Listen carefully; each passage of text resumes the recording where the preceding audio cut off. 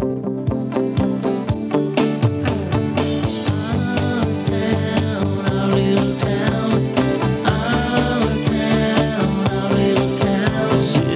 little town nestled in the rocks.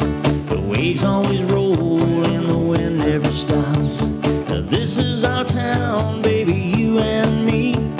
It takes a little time, but soon you will see. We got clothes on the line, blowing in the breeze. The kids on the wharf, skipping rocks in the sea.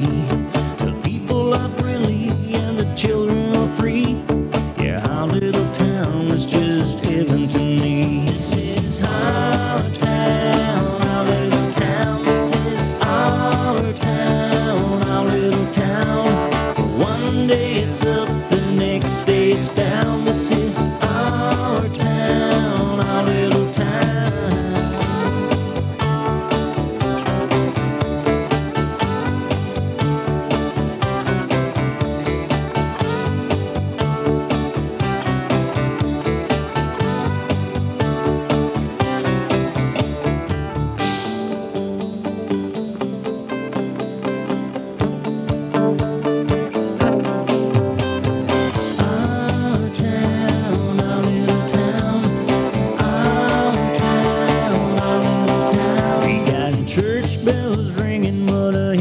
Sound. Young boys driving their dad's car around. We got the prettiest girls walking around. Soon they'll be leaving this old town. We got so many leaving, yeah, chasing their dreams. Say there's nothing here, or so it seems. And they will miss it, someday they'll know. They'll want to return to the town they love so.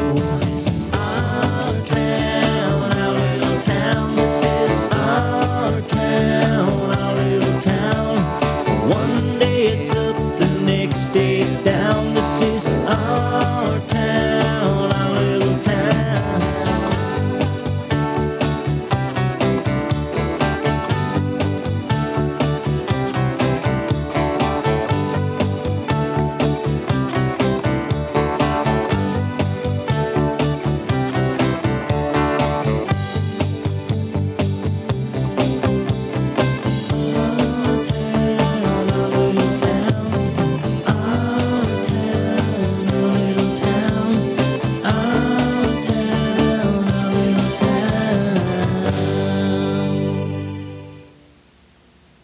Good evening, and welcome to this week in review. Tonight's stories include School Report, National School Library Week, Cervical Cancer Awareness Month Display. These stories plus the community events, the BBS Playbill, Off the Rack, and more coming up after this.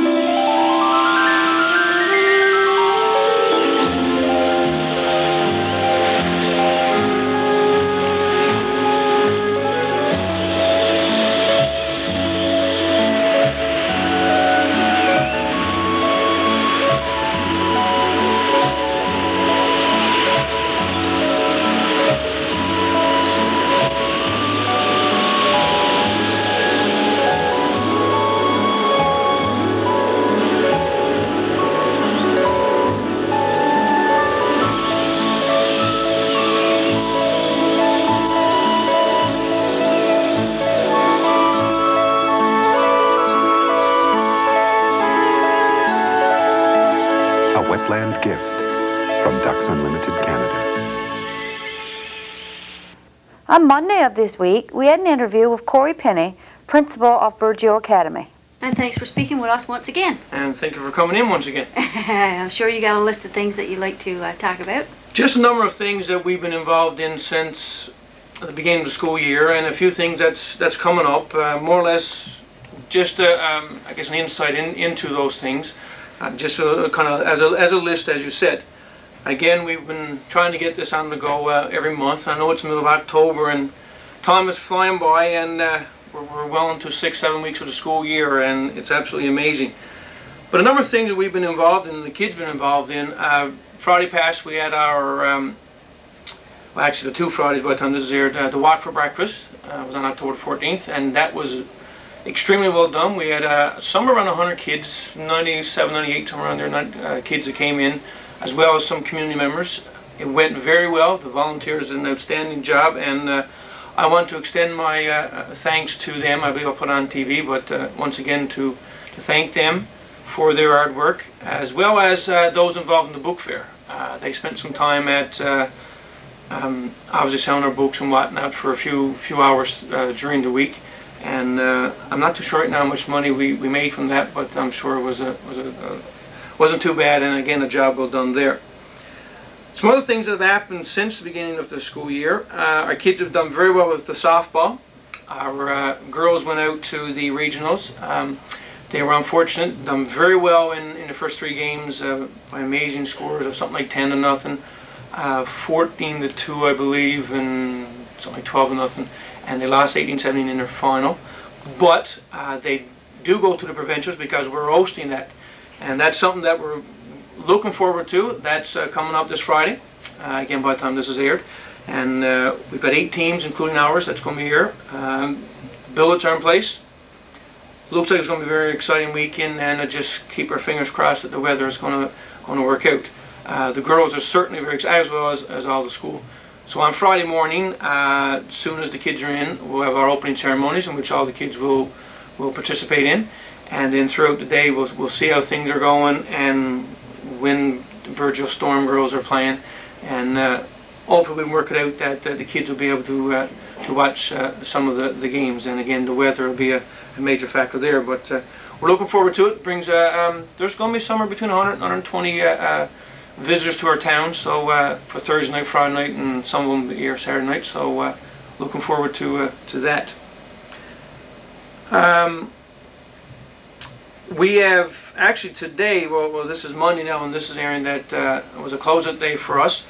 The kids obviously wasn't in, but the teachers had a workshop, and basically what we looked at was a number of issues, but the main one was to analyze our CRT results and our public exam results. And I believe I said earlier, the last time we had spoken, that the kids done very well on their public exams. Everybody passed everything. Now that's obviously a good sign in passing everything, but we're still not completely satisfied, because it can still do better, but I guess we'll never be completely satisfied. For the CRT results, we have all of those in besides the grade 9 math ones. They weren't done too well, and that's provincially, and they're kind of hanging on to those for about another few weeks and see what they're going to do with those. They've got some issues they want to deal with first before they give us the results. Our grade 3, the primary math and language, actually we did pretty good. There were some major concerns with the length and whatnot of the exam itself, or the CRT. The kids, I want to get much into it, but it's kind of on a rubric scale, a scale of 1 to 5. And a lot of kids are at level 1 and 2. Now we're not pleased with that, but throughout the province it was the same thing.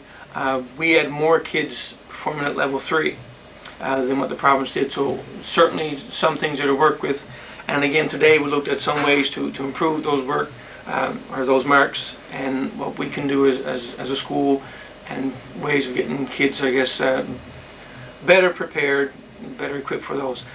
The elementary, the grade 6 exam, that one wasn't too bad, and same with the grade 9 language. So most areas we were a little bit above, but still room for improvement, and that's what we focused on for today. Also, since we last spoke, we've had a curriculum night. We had a number of parents in K to 6, not that many from 7 to 12, but probably a handful of half a dozen, 10 or so. Would like to see more, but that was a night to come in and just meet with the teachers, ask questions or any concerns, and a little bit of refreshments, and hopefully we'll do that every September from now on. We also had our Terry Fox run since we last spoke, and I believe you had videoed the kids throughout. That day went pretty good. The kids all walked to the field. It was a beautiful afternoon, and we also played, the teachers played the boys and girls softball team, so that was seemingly well enjoyed by all students. Coming up, or actually, well, I guess what we've seen, and also one more trip, the grade 4, 5, and 6 have been out swimming. They are into a swimming program into Stephenville. Again, cost a fair bit of money, but the school board actually chipped in so much for travel, and I think it was somewhere around $2,000 to $2,100 to get those kids to Stephenville, and also that includes the price of the program itself. Kids paid $10 for each trip, so I mean that helped a little, and with what the board done, so I mean we got a little bit more, $500-600 that the school will pay there. The kids seem to enjoy that. Certainly look forward to it. They got one more trip, but by the time this is aired, that will be done. But the kids seem to really enjoy it, and who wouldn't enjoy swimming this time of the year? ABE has started Monday Pass. That's part-time, 12 hours a week. So they are located in the BBS room. That's what they're using right now until, I guess, what the future holds for BBS if they're coming over or whatnot. But they're situated there for now. And I believe Mr. Bernard Benight is teaching that again. Coming up, we have a few things. Actually, the next 2 or 3 weeks in our school is going to be quite busy. Pictures are being taken on I'm not too sure if it's the 24th or 25th, but by the time this is aired, the kids will know the exact date. Seems like there's a mix-up in the days. I think it's publicized around the school on the 25th, but then it seems like the 24th rings a bell too, so we got to clarify that. Also this Wednesday coming, we're having a Respect Day, and in the morning that all students will be involved, and there's a number of things planned for that day. There's a lady coming out that works with CYN, and she's got some activities planned, and it looks like it's going to be a very exciting day for all the kids. And then the Friday after, so 2 weeks on the road, we're having a Lifelong Connections Day, and that's something that we've had on the go for the past 2 or 3, 4 years. Excuse me. It's worked very well, and a job well done by the presenters and whatnot, and this year students in grades 8 to 12 will be involved in that, and we're looking forward to another very exciting Lifelong Connection Day. And basically what happens there is that the kids get to choose different sessions to go see. It could be from colleges, universities, to some things like tying salmon flies, and I mean, there's a number of things. I think there's 12 or 15 different things on the go that day, so the kids will really enjoy that. Just so, I don't know if it's a help date or whatnot, but I just want to thank the people again for the recycling that's coming in. Since we put on TV, it seems like we're getting more responses from other community members outside the kids and the teachers, and again, money from that will be put to good use. So I want to thank those people who are involved in helping us with that. The only other thing that I have is our school council is obviously up and running again. This year we have 2 new members, Krista Standing and Grace Young are 2 new members. Christine Elliott is a new teacher member for our school council. And again, I just want to let everyone know that if there's any issues or concerns that they can pass along to the school council. Our chair last year was Paulette Ann. We'll find out now in the very near future if she'll be the chair again or not. But anytime you have a concern, you're welcome to drop by those meetings. It's the first Monday usually of every month, 7:30 in our multi-purpose room. And also if you want to send issues along, write it up, type it up, whatnot, pass it along to the school, and we'll take care of it from there. I don't know if I'm missing anything. If I am, I apologize. But that's pretty much what we've been involved in so far the year. Like I said, it's been an exciting year. Time is flying very fast, and a number of things that's coming up. So I don't know if you have any questions or... No, I just wondering, we're Halloween just around the corner. If you had any, I know the kids like to have Halloween dances. Is that still going to be in effect, or? Yes, actually, in the past, the closest Friday to Halloween would have been when the dance is, but that's when our girls softball tournament's on the go. So unfortunately, that Friday, well, I'll say fortunately, but I guess unfortunately for the dance, but For the girls softball team, their banquet is going ahead that Friday night in the school gym at 7:30, and they will be having a dance, not an Halloween dance, just a regular dance for the girls, and obviously for any of the kids in school, 7 to 12 at 10 to 12:30.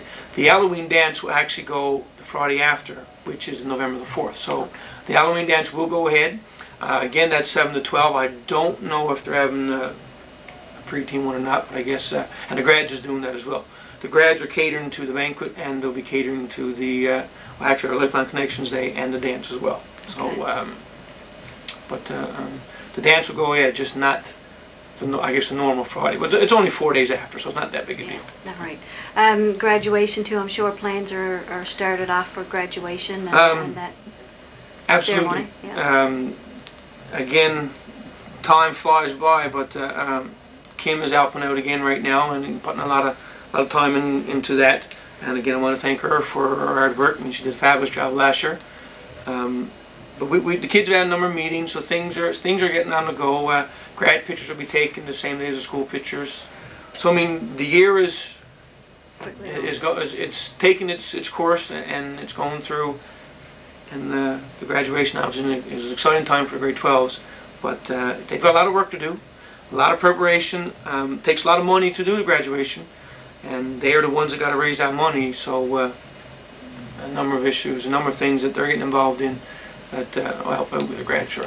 Yeah. Well, thanks a lot for speaking with us. And again, thanks for coming in, and we'll see you hopefully next month. Okay. National School Library Week was October the 17th to the 24th. This year's theme was Lifelong Libraries, Discover Us. Libraries provide us with a broad range of information, resources, and tools to assist us through all stages of our life, regardless of age, gender, race, religion, social status, or language. Libraries are an important component of our society as centers of knowledge, disseminators of information, custodians of history and culture, and gathering places for the exchange of information and ideas. During the week, the Burgeo Public Library held some special events. On Monday, the library held their regular story hour for the week.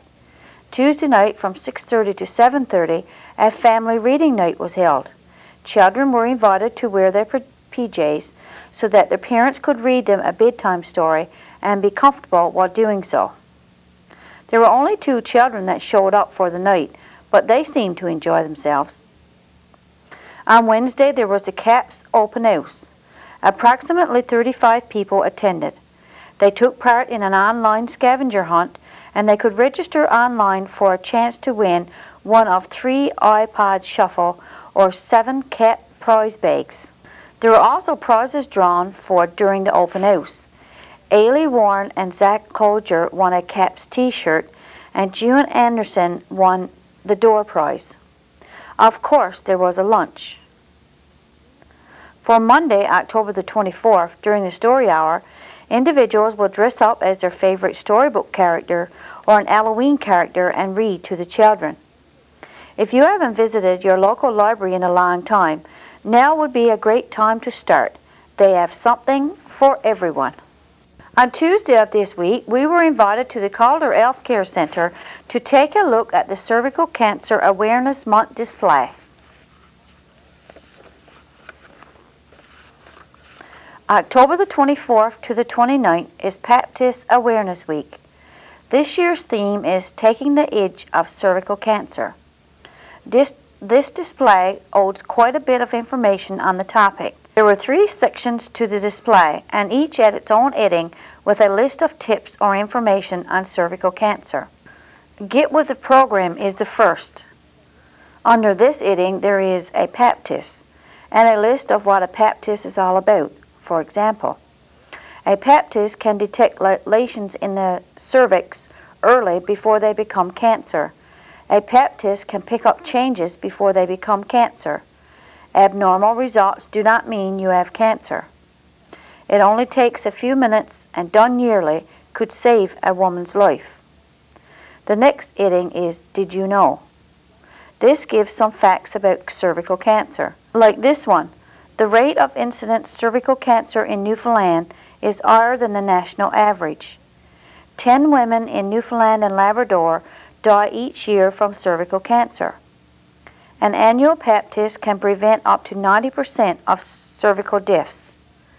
2 out of 3 women in Newfoundland and Labrador do not have a yearly Pap test.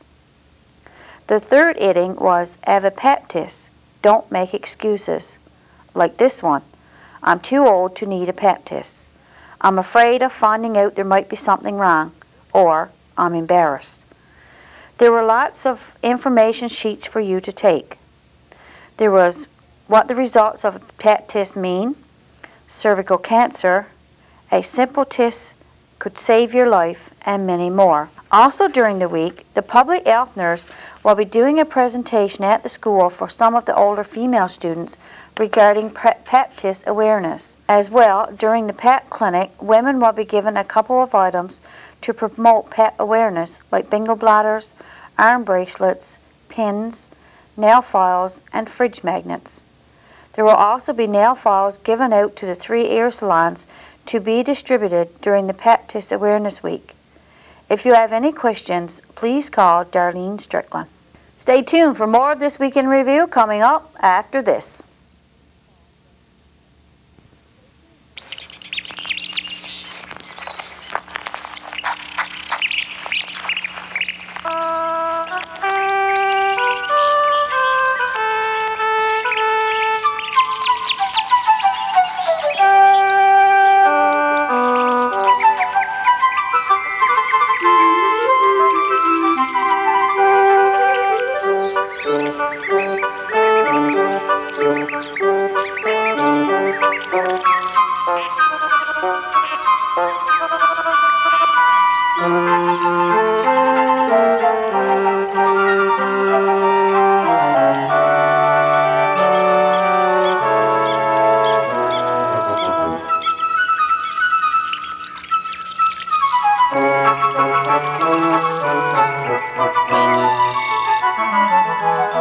A wetland gift from Ducks Unlimited Canada. Did you know that October the 17th to the 23rd was National School Safety Week? The theme for this year is See and Be Seen, a vital message for younger children. They must look out for traffic and other road users must see them too. In the majority of collisions involving young pedestrians, the child either did not see the vehicle, was not seen by the driver, or failed to obey the traffic signal. As days get shorter and daylight dwindles, kids need to be aware of how to see and be seen on the roads this fall. According to a recent Transport Canada study, more pedestrian fatalities and injuries occur in the later part of the afternoon, the same time children are dismissed from school or are playing outside. It is really important to educate kids from a young age about road safety so they understand the importance of being visible on the street at all times. The good news is that pedestrian fatalities have decreased by an impressive 24% over the last 10 years. An average of 1 pedestrian is killed every day on Canadian roads, and accidents causing injuries peak between 3 p.m. and 6 p.m. Please be very cautious of pedestrians around town, especially the children when they are getting out of school. On Thursday of this week, we had an interview with Arthur Marsden, Link Director with the Seniors Club. We have with us in our studio today Arthur Marsden from Ramia. Arthur is the Link Director for the Seniors Club. Welcome, Arthur. Thank you. Yeah. Good to be here. You had on our community channel last week about the fact that there was some interest in forming a seniors club here in town. This seems to be an ongoing thing. You had some interest in someone may be interested in being the president, and you were going to have a meeting. How did that come out? Well, Marie, I had first going off, I'd like to start by I heard from a couple of our members that the field was talking to Virgil and there was some interest into it. So I decided to write a letter over to different groups, and I understand one of them was read out at the seniors party at the Lions Head. So I finally, I did have a call from a guy, he was willing to take president, and he said he had a couple of more that was willing to get involved. So I decided that as link director, it was my job to take on that challenge and see how it worked out. But last night I met in the fore with I think it was 8 men and 1 woman, and they felt that they wouldn't take responsible job like right then, but they still feel that Virgil needs a seniors club. Okay, so that was Wednesday of this week, Yeah. right? Yeah. Yeah, so the interest is there. You know the interest is there. There's people who are willing to become members of the club, but the problem seems to be taking over like president, vice president, treasurer, the executive. Right. Okay. Well, we're right on the first of it now. I like to probably use a different term in why the need is there, but they're kind of even back on account of probably, in my view right now, is a building. Okay. Now, I want to say a little bit about the Seniors Club in Ramio. The Seniors Club in Ramio started with the Health Service Committee. Okay. The Health Service Committee decided that it was time to get seniors out of their homes, and they went to the routine thing of getting 7 names to send in, and they formed the Seniors Club. Okay. They are our sponsorship, the Health Service Committee. Okay. So what they did, they wrote letters to each organization, Okay. encouraging them for their support, and the support they wanted from each group was to rotate their buildings Okay. All right. until they got far enough in advance that they could maybe take off on their own. Okay. And that's what they did. They rotated once a week. It would be a different building. Okay. Finally, the opportunity came up that there was a building belonged to Fisher Products, a Lake Group, for $1. So they got the $1 and gave to Fisher Products, and they handed over the keys. So then the Ramio seniors had their own building. Then they had their own building. Okay. At that time, the New Rising, this is a federation grant. Okay. You could get money for buildings, and they got $25,000 to renovate this building For seniors, yeah. for seniors, Yeah. as seniors project. Okay. And but right now, the New Rising they got grants out for seniors, but it's for projects in a different way, more or less for the community. Okay. It's a seniors project, so the younger ones can get involved. Yeah. And I think, as I speak, my conscience tells me that probably if each organization would show some support to the seniors in some way, either by writing to me or calling me on the phone, or call George Short and give him that guarantee of some sort that we would help to develop a seniors club here. Okay. Because you want to remember that seniors of the day is going to be us tomorrow. Mm. And if we can start to develop a club where seniors can come out once in a week or whatever and enjoy themselves and meet friends that they haven't seen for so long, and this will be the biggest thing that any organization would ever do. Okay. Because it is us today, and it will be them tomorrow, the younger generation. Before we came on for this interview, you showed me a book about some of the rules and regulations, of course. Now, when you, on your message that you had there, you wrote down that 50 plus is just a slogan. And the book says that the Seniors Club is open to all pensioners of any age, right? Right. Anyone who considers to call themselves a senior. Right. In other words, you were telling me that if someone, say my age, was interested in helping out with a seniors club because they felt down the road that would be something they would want to be involved in, they could do this.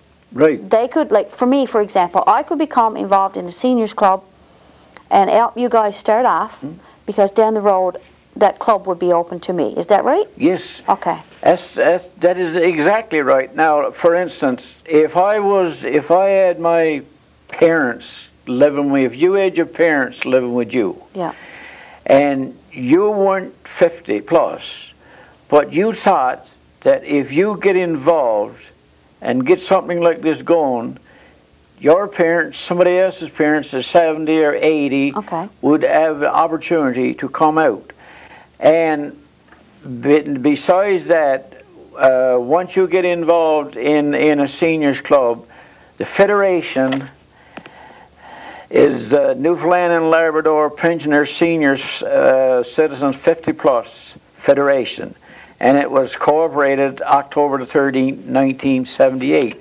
Now, there is some benefits, and one of the benefits is $2,000.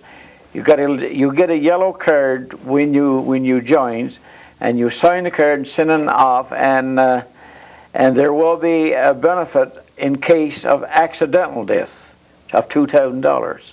And also there's another little card that will give seniors opportunity to get 10% for their glasses and that. 10% discount So for glasses. there is some benefits. Okay. And the other benefit I just said before is for the community to get involved and help those seniors to develop this club wherever they go. Okay, so right now you had your meeting on Wednesday and only 8 individuals showed up.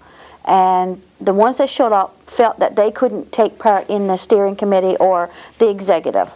That's right. But you're saying now that if the community, if the seniors as support, like say the lodges, the church groups, the Lions Club, if they call you or write a letter to you or to George Short showing that there's support, you think that that might go a long way in helping those seniors to come forward? I certainly do. Okay. Yes, I certainly. This is where they're curious about is a place to meet. Okay, okay. But you feel that there is a support here, like if you could get your executive in place, there is a group of seniors, or perhaps 25 or 30, I don't know, seniors who are interested in becoming members, but they're not interested in taking over the executive. That's right, exactly. Okay. They're here, but I really think too that if somebody could get it off the ground, that I think you wouldn't have any problem afterwards once you get used to it and on the go. Okay. That they'd grow more, get involved into it. Okay. Now, some of the things that we do in Ramya, we have fun night once a week. Okay. And we don't close summer or winter. Now, a lot of the clubs that I'm involved in, the 22 clubs, they close at summertime, and some closes winter time and open summertime, whatever. It's just you got your own It's up to you own to piece, decide. whatever you want to do. Yeah, we have fun night every Friday night. We have cards. We bring a lunch. We charge $3 on the door. This money again is put in the bank, and it is built up for your own future use. We use it mostly to take a trip in the summer. We take a charter a bus, and we go as far as we can go. Sometimes it runs into around $4,000 with hotels and stuff like that. But we enjoy ourselves. And I think, and I want to get this across, that the seniors are starting to enjoy themselves, which years ago when they were raising families, when they were working just to make ends meet, they never had the time, they couldn't afford it. But this day and age, their days of work is just put one side. The days now is to enjoy themselves. Each morning when you open your eyes, you thank God for opening your eyes. Go out and meet as a group and talk and laugh and do whatever you feel like doing. Play checkers, play cards, or just get up and scuff around. We use our building in the daytime, wintertime, open to people to come in and have a coffee or have a game of cards or whatever. And she's working just great. Okay. So I believe this can happen there. Okay. I believe that it is there, and I'm positive that if each group, I'm going to turn to the groups, would get together and say, well, we got to do something for those fellas because we're going to be in their boots one of those days. So if any members of the organizations that are listening today, do you want to give us your phone number so they can call you? My phone number is 625-2555. Okay. And that's in the, and it's not long distance anyway, so it's only just... Yeah, and just let them know that they would be interested in supporting you by offering your building one day a week. Right. Okay. In Burgeo, you said they could contact George Short. Yes. Do you need a letter from them saying that, or? It would be nice if if the group would send a letter, so you'd have it on paper. Okay. Yeah. All right. Is there anything else you'd like to add? I was pleased to come over last night. I done what I thought was required, because being a link director, when you get something like this, you have to go. Yeah. Whether it turns out, sometimes it takes longer than some more. Now, I was very fortunate. I want to speak about this. Last year, the 16th of January, I opened a seniors club in Francois, and that's been going perfect. Now, hopefully, the middle of January, I'm going down for celebration. A 1-year anniversary. Okay. And we're, you know, it's really needed, and it's needed here. Okay. And I hope that everybody who hears me will think it over and come together as a community spirit and do something. Okay. Well, we certainly thank you for joining us, and anytime that you want to use Burgeo Broadcasting again to get your message out, you're more than welcome. Thank you. Stay with us for Off the Rack, the community events, and the BBS Playbill, all after this.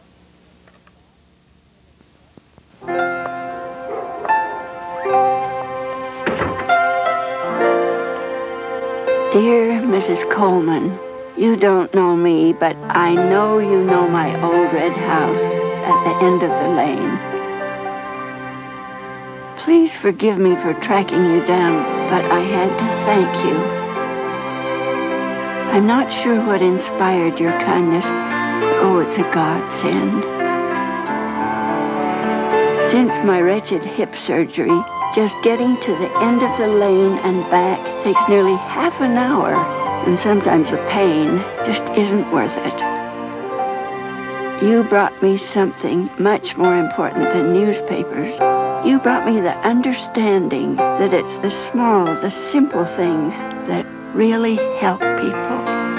If you're doing just a little, you're helping a lot. From the Church of Jesus Christ of Latter-day Saints. Off the Rack. This week, as we scanned our tape rack, we came across a tape of a Pathfinder Canada Chord presentation. Let's look back to October 1992.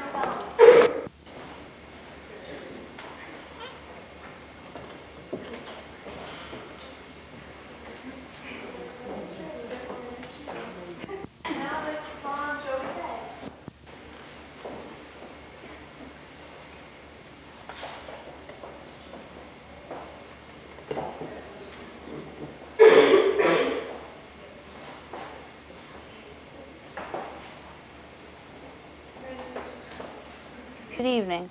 Welcome to the community events segment of tonight's broadcast. I'm Rebecca Young. The winners of the RBP TV Bingo were Jack Sims, Edith McDonald, Ina Day, and Vera Beggs. Congratulations to you all. The Understanding the Early Years will host the next scheduled TV Bingo on Wednesday, October 26th at 7 p.m. One game for $300. Cards are $6 or $5 and are available from any member of the UEY and are in most stores around town. Please support the UEY Play TV Bingo. Burgio Arena hockey pool cards are available from most stores around town. They cost just $1 each and should be passed in by Thursday of each week. Please support the arena. Play the hockey pool. Council will be continuing with the vigorous flushing of the town's water lines over the next few days. Areas affected, including dates and times, are as follows. Sunday, October 23rd from 11:30 p.m. to 6:30 a.m., Messers and Clothier's Place. Monday, October 24th from 9 a.m. to 4:30 p.m., Hares Hill and Burgio Place. Monday, October 24th, 11:30 p.m. to 6:30 a.m., Messers and Inspiration Road. Tuesday, October 25th, from 9 a.m. to 4:30 p.m., Parsons Place and Harborview Crescent. Tuesday, October 25th, 11:30 p.m. to 6:30 a.m., Smalls Island and Beach. Wednesday, October 26th, 9 a.m. to 4:30 p.m., Lushman's Road and School Road. If your group or organization has an upcoming event planned, we will be happy to advertise it for you. Just call the BBS office by Wednesday of each week to have items included in this portion of our broadcast. That concludes the community events segment of tonight's broadcast. See you next week.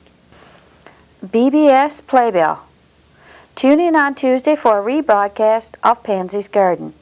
Try your luck on Wednesday by playing Understanding the Early Years TV Bingo. Join Pansy and the gang for 2 stories, a craft, and lots of fun on Saturday morning at 11 a.m. on Pansy's Garden. And I'll be here again next week with This Week in Review. For This Week in Review, I'm Marie Rose. Good night and God bless.